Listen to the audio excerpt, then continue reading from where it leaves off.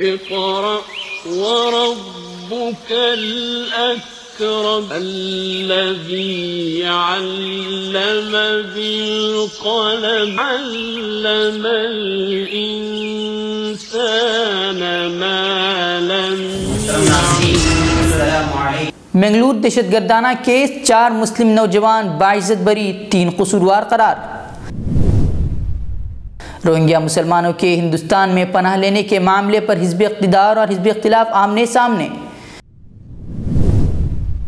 کلبھوشن جادو کو پاکستان نے سنائی سزائے موت. جاسوسی کے الزام میں گرفتار ہوئے تھے جادو. ممنوعہ حد پار کرنے پر بشار کے اتحادیوں نے کیا امریکہ کو خبردار. شام کو لے کر مغربی ممالک آمنے سامنے. عراق میں 31 اجتماعی قبروں سے 1600 یزیدیوں کی باقیات برآمد. خبریں تفصیل سے. بھٹکل. منگلور شہر کے خصوصی عدالت نے ممنوعہ دہشت گرد تنظیم انڈین مجاہدین کے رکن ہونے اور انڈین مجاہدین نامی تنظیم کے مبینہ بانیوں بھٹکل برادران کو آندھرا پردیش اور کرناٹک میں ہوئے بم دھماکوں کے ملزمین کو پناہ دینے کے معاملے میں 4 مسلم نوجوانوں کو باعزت بری کیے جانے کا حکم جاری کیا ہے، جبکہ انہیں الزامات کے تحت گرفتار 3 مسلم نوجوانوں کو عدالت نے قصوروار قرار دیا ہے. ان کی سزاؤں کا تعین 12 اپریل کو کیا جائے گا. یہ اطلاع ممبئی میں ملزمین کو قانونی امداد فراہم کرنے والی تنظیم جمعیت علماء مہاراشٹر قانونی امداد کمیٹی کے سربراہ گلزار اعظمی نے دی. گلزار اعظمی نے بتایا کہ ملزمین سید احمد نوشاد، احمد باوا ابو بکر اور فقیر احمد کو عدالت نے قصوروار ٹھہرایا ہے، جبکہ محمد علی، جاوید علی، شبیر احمد اور محمد رفیق کو باعزت بری کر دیا ہے. گلزار اعظمی نے بتایا کہ ماہ اکتوبر 2008 میں ریاض بھٹکل اور دیگر انڈین مجاہدین تنظیم سے تعلق رکھنے والے لوگوں کو پناہ دینے نیز انڈین مجاہدین تنظیم سے وابستہ ہونے کے الزامات کے تحت منگلور پولیس نے سید محمد نوشاد، احمد باوا، محمد علی، جاوید علی، محمد رفیق، فقیر احمد اور شبیر بھٹکل کو گرفتار کیا تھا اور ان کے خلاف تعزیرات ہند کی دفعات 120، 122، 123، 153، 420، 468 اور 471 اور یو اے پی قانون کی دفعات 10، 13، 16، 17، 18، 19، 20، 21 سمیت آرمز ایکٹ اور ایکسپلوزیو سبسٹنس کی مختلف دفعات کے تحت مقدمہ قائم کیا تھا. گلزار اعظمی نے کہا کہ اس معاملے کا سامنا کر رہے 7 ملزمین کو عدالت نے 2 سالوں کی قید کے بعد ضمانت پر رہا کیا تھا، لیکن معاملے کی سماعت شروع ہونے میں 5 سال کا وقت لگ گیا. 13 جنوری 2016 کو ملزمین کے خلاف چارجز فریم کیے گئے اور اس کے فوراً بعد دفاعی وکلاء کی عرضداشت پر 18 جنوری سے ٹرائل شروع کر دی گئی. منگلور کی خصوصی عدالت کے روبرو استغاثہ نے ملزمین کے خلاف گواہی دینے کے لیے 90 گواہوں کو پیش کیا، جس میں پولیس افسران، تحقیقاتی افسران، فورنسک سائنس لیبارٹری کے اہلکار اور دیگر شامل ہیں. جمعیت علماء نے ملزمین کے دفاع میں ایڈوکیٹ وکرم ہیگڑے، ایڈوکیٹ شانتارام شیٹی اور ایڈوکیٹ نارائن پجاری کو مقرر کیا تھا، جنہوں نے سرکاری گواہوں سے جرح کی.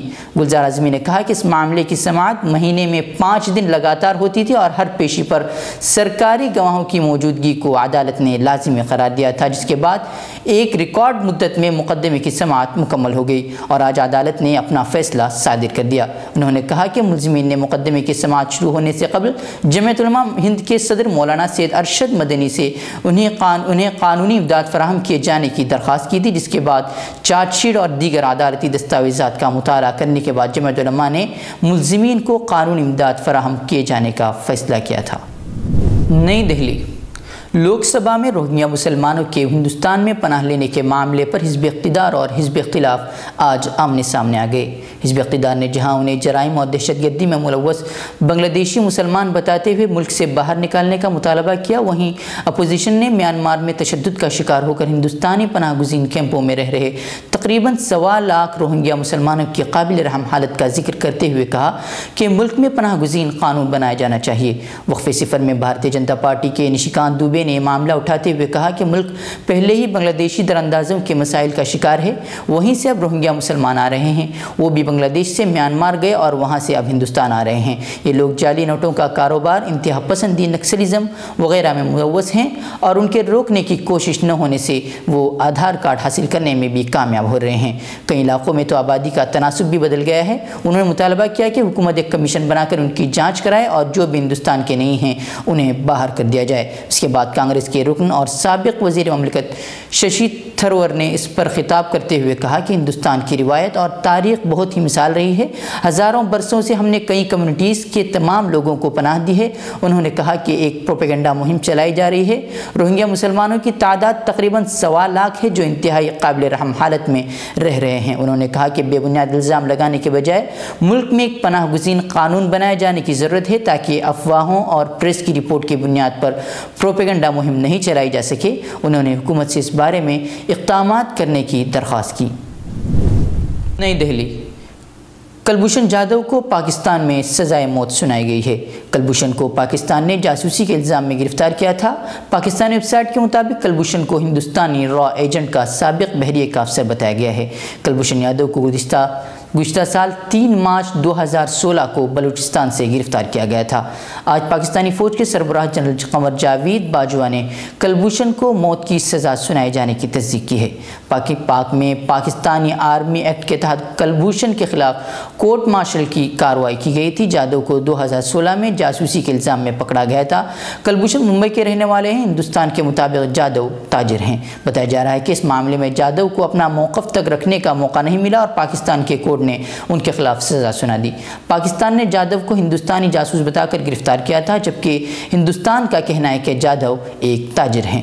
پاکستان کے مطابق ان کی گرفتاری بلوچستان سے ہوئی تھی، جبکہ ہندوستان اس بات کو مسترد کرتا رہا ہے۔ روس، ایران اور بشار الاسد نواز ملیشیاؤں پر مشتمل مشترکہ کمانڈ سینٹر نے ایک بیان میں کہا ہے کہ جمعے کے روز حمص میں ایک شامی ایئر بیس پر میزائل حملہ کر کے امریکہ نے تمام حدیں پار کر دیں۔ کمانڈ سینٹر کے مطابق کسی بھی نئی جارحیت کا بھرپور جواب دیا جائے گا۔ امریکہ نے جمعہ کے روز حمص میں الشعیرات ایئر بیس پر درجنوں ٹام ہاک میزائلوں سے حملہ کیا تھا، جہاں سے واشنگٹن کے بقول چند روز قبل مہلک کیمیائی گیس والے ہتھیار استعمال کیے گئے تھے۔ حملے سے شامی بحران میں امریکہ کا کردار ابھر کر سامنے آیا، جس پر بشار الاسد کے اتحادی ایران اور روس نے تنقید کی۔ اعلام الحربی یعنی وار میڈیا پر جاری بیان میں مشترکہ کمانڈ سینٹر کا کہنا تھا کہ امریکہ نے شام پر جارحیت کا ارتکاب کر کے تمام حدیں پار کر دی ہیں۔ اس کے بعد ہم ریڈ لائن عبور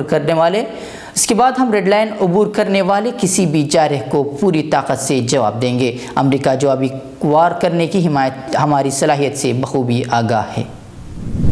دبئی، عراق کے شمالی علاقے سنجار کے حکام نے شدت پسند تنظیم داعش کے ہاتھوں قتل کیے گئے یزیدی قبیلے کے 1000 سے زائد افراد کی باقیات کا انکشاف کیا ہے۔ العربیہ نیوز چینل کی رپورٹ کے مطابق سنجار کے قائم مقام چیف جسٹس خلیل نے بتایا کہ داعش کی جانب سے بنائی گئی اجتماعی قبروں سے 1646 یزیدیوں کی باقیات برآمد کی گئی ہیں۔ خبر رساں ایجنسی اناطولیہ 145 سے بات کرتے ہوئے خلیل نے بتایا کہ داعشی دہشت گردوں نے یزیدی قبیلے کے سینکڑوں افراد کو بے رحمی کے ساتھ موت کے گھاٹ اتارنے کے بعد انہیں اجتماعی قبروں میں دفن کر دیا تھا۔ داعش کی طرف سے تیار کی گئی 31 اجتماعی قبروں کا پتہ چلا ہے۔ اجتماعی قبریں نومبر 2015 اور جنوری 2016 کے درمیان بنائی گئیں اور ان میں سے اب تک 1646 یزیدی افراد کی میتوں کا پتہ چلا ہے۔ خیال رہے کہ عراق کی الپیشمر کرد فوج نے نومبر 2015 میں ایک آپریشن کے دوران سنجار کو داعش سے چھڑا لیا تھا۔ کیا آپ اپنے نئے گھر کے لیے ڈائننگ ٹیبل کھوج رہے ہیں؟ Sofa set, tea table, cabinet الماریوں سے اپنا نیا گھر سجانا چاہتے ہیں تو جلدی کریں۔ مدینہ کالونی میں واقع علی ایجوکیشنل بک ہاؤس میں آپ کو رعایتی داموں کے ساتھ بہترین اور عمدہ کوالٹی کے sofa set, dining table, cabinet الماریاں، ٹی ٹیبل اور نت نئے ڈیزائن کے آپ کے پسند کے فرنیچر دستیاب ہیں۔ جلدی کیجیے، محدود اسٹاک ہے۔ رابطے کے لیے اس نمبر کا استعمال کریں 8150939399۔